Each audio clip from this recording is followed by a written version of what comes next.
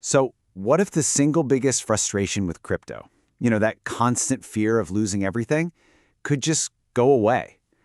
Well, today we're diving into a new technology that promises to do exactly that. It's all about making digital wallets as safe and easy to use as your email. Let's break down how it all works. I mean, who hasn't, right? It's that stomach-dropping feeling that if you forget one super long random password or your computer dies, poof, your assets could be gone forever. Honestly, it's the biggest thing holding crypto back, but that is all about to change. Okay, so to really get where we're going, we first have to understand where we are right now. Let's take a quick look at how traditional wallets, like MetaMask, which a lot of you probably use, actually work under the hood.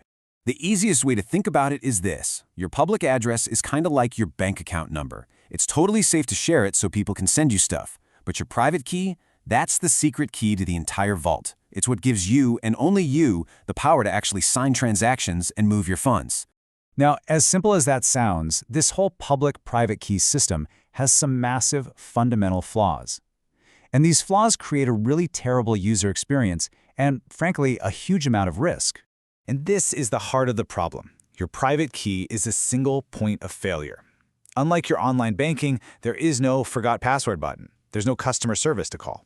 If you lose that key, or if it gets stolen, your funds are gone, forever. It's an incredibly high-stakes and totally unforgiving system. And even if you get past the security risk, it's just clunky. I mean, can you imagine telling your friend they need to install a special browser extension, then write down 12 random words on a piece of paper, and then hide it somewhere super safe just to try out a new app? It's a massive barrier compared to the simple login with Google world we all live in today. But now let's talk about the solution. This is where account abstraction comes into the picture.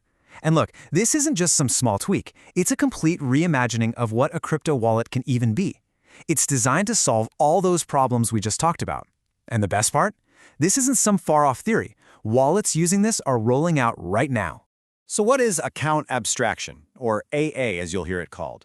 Well, essentially, it transforms your wallet from that simple, rigid key pair into a fully programmable smart contract. Think of it like this. You're upgrading from a basic lock and key to a smart, digital safe that you can program with your own custom rules. In this upgrade, it unlocks some absolutely incredible new capabilities. Let's just call them the superpowers of your new smart wallet. The first and honestly the most important superpower is the one that directly tackles that terrifying lost key problem. It's called social recovery. Okay, so here's how it works. You can pick trusted friends, family members, or even your other devices, like your laptop or your phone, to be guardians. Now, if you ever lose access to your account, a majority of these guardians can vote to verify that you are who you say you are, and boom, they restore your access. It's basically like having recovery contacts for your Gmail account, but for your entire digital net worth. It's a game changer. All right, the next superpower solves another huge headache, transaction fees. In crypto, you hear these called gas. They're the fees you have to pay the network to process your actions. And for new users, having to own a specific, sometimes obscure token just to pay for this gas is super confusing and creates a ton of friction. With account abstraction, this whole problem just disappears. An application can choose to sponsor your transaction fees so you get a completely free experience. Or maybe you could pay your fees using a stablecoin you already have, like USDC, instead of needing to go out and buy the blockchain-specific native token. It just works seamlessly. So beyond recovery and fees, account abstraction gives you the kind of detailed security controls that you'd expect from a modern bank. Your wallet really becomes your own personal, programmable vault. The bottom line is you get to set the rules. For instance, you could require a signature from both you and your partner for any transfer over, say, $1,000. You could set a daily spending limit for a gaming app so you don't go overboard. Or you could even create a whitelist, making sure your funds can only ever be sent to addresses you've already pre-approved. Now, when you put all of these superpowers together, you get the ultimate benefit, an experience that finally feels as simple and intuitive as the best Web 2 apps we use every single day. Just think about what this makes possible. You can log in with your Google account or your phone number, no more seed phrases. You could bundle complex, multi-step actions like a trade and a deposit into a single click. You could even grant temporary session keys to an app, letting it make transactions for you for a limited time, which is perfect for things like gaming or subscriptions without getting annoying pop-ups every 5 seconds. So when you step back and look at all of this together, it becomes really clear this isn't just another small upgrade.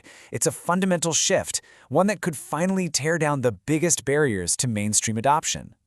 And this table really sums it all up perfectly. We're moving away from those traditional wallets, the technical term is externally owned accounts, or EOAs, to these new, powerful smart accounts. We go from impossible recovery to social recovery. We go from a complex, intimidating user experience to something simple and familiar. In every single category, it is a massive, massive leap forward. And that's really why this all matters so much. Account abstraction isn't just some neat feature for the power users. It's the bridge that makes the decentralized web accessible, safe, and actually usable for everyone. This is the thing that could finally onboard the next billion users. So I'll just leave you with this thought. If managing your digital assets suddenly became as secure and effortless as managing your inbox, what kinds of new applications, new services, and new economies could we build on top of that? The possibilities are really, truly exciting to think about.